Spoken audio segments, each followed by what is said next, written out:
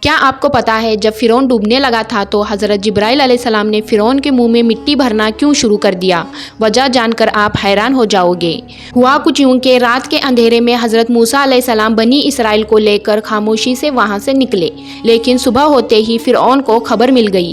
وہ اپنی پوری فوج لے کر ان کے پیچھے نکل پڑا۔ جب سورج نکلا تو فرعون بالکل ان کے سر پر پہنچ گیا۔ اب منظر تھا کہ سامنے گہرا سمندر اور پیچھے دشمن کی فوج۔ بنی اسرائیل ڈر کے مارے چلانے لگے، ہم تو مارے گئے، ہم تو پکڑے گئے۔ لیکن حضرت موسیٰ علیہ السلام کا بھروسہ دیکھیں، انہوں نے فرمایا ہرگز نہیں، بے شک میرا رب میرے ساتھ ہے، وہ مجھے راستہ ضرور دے گا۔ پھر انہوں نے اللہ کے حکم سے اپنی لاٹھی پانی پر ماری، دیکھتے ہی دیکھتے سمندر پھٹ گیا، پانی دونوں طرف پہاڑوں کی طرح کھڑا ہو گیا اور بیچ میں بالکل سوکھا راستہ بن گیا۔ حضرت موسیٰ علیہ السلام اور ان کے ساتھی پار کر گئے، لیکن فرعون جب بیچ سمندر میں پہنچا تو اللہ نے پانی کو ملا دیا، وہ غرق ہونے لگا۔ اس نے موت کو سامنے دیکھا تو وہ تڑپ کر پکارا، میں ایمان لاتا ہوں اس رب پر۔ بس یہی وہ وقت تھا، حضرت جبرائیل علیہ السلام نے فوراً سمندر کا کیچڑ اٹھا کر فرعون کے منہ میں بھرنے لگے، اس ڈر سے کہ اگر وہ توبہ کے الفاظ کہہ دے تو کہیں اللہ کی بے انتہا رحمت اس تک پہنچ نہ جائے۔